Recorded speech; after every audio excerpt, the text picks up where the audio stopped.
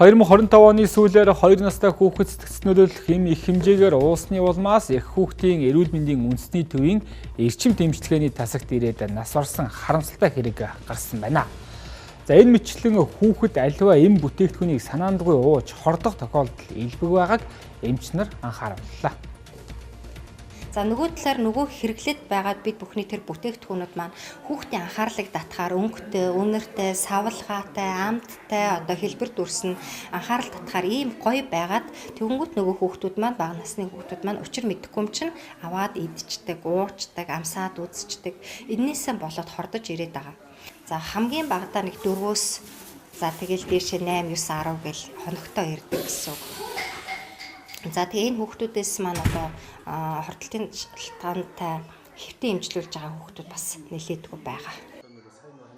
Сүүлийн үед биологийн бүтээгдэхүүнийг хүүхдийн сонирхол татах үе өнгө хэлбэр дүрстэйгээр үйлдвэрлэх болсон нь хордлого нэмэгдэх шалтгаан болжээ.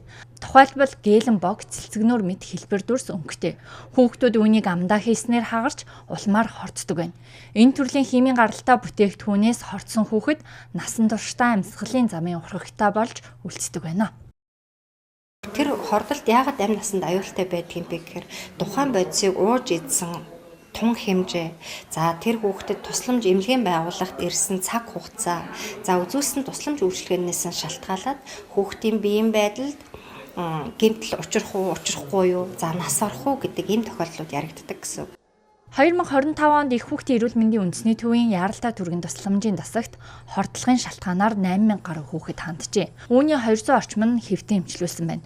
Хүүхдүүдийн 67% нь эмнээс 33% нь угаарын хий болон химийн бодисоос хордсон байна. Хордсон хүүхдүүдийн 55.8%-ийг 5 хүртэлх насны хүүхдүүд эзэлж байгаа л үүнээс 34.1%-ийг 1-ээс 2 насны хүүхдүүд эзэлж байна. Хүүхдүүдийн 82% нь гэрийн нөхцөлд хорджээ. Энэ нь эцэг их асран хамгаалагчид хүүхдтэй тавих хараа хяналт сул байгаатай холбоотой гэж албаныхан хэлж байна. Иймээс эцэг эхчүүдэд хүүхдтэй тавих хараа хяналтаа сайжруулж хордлогын эрсдлээс сэргийлэхийг эмч зөвлөлөө.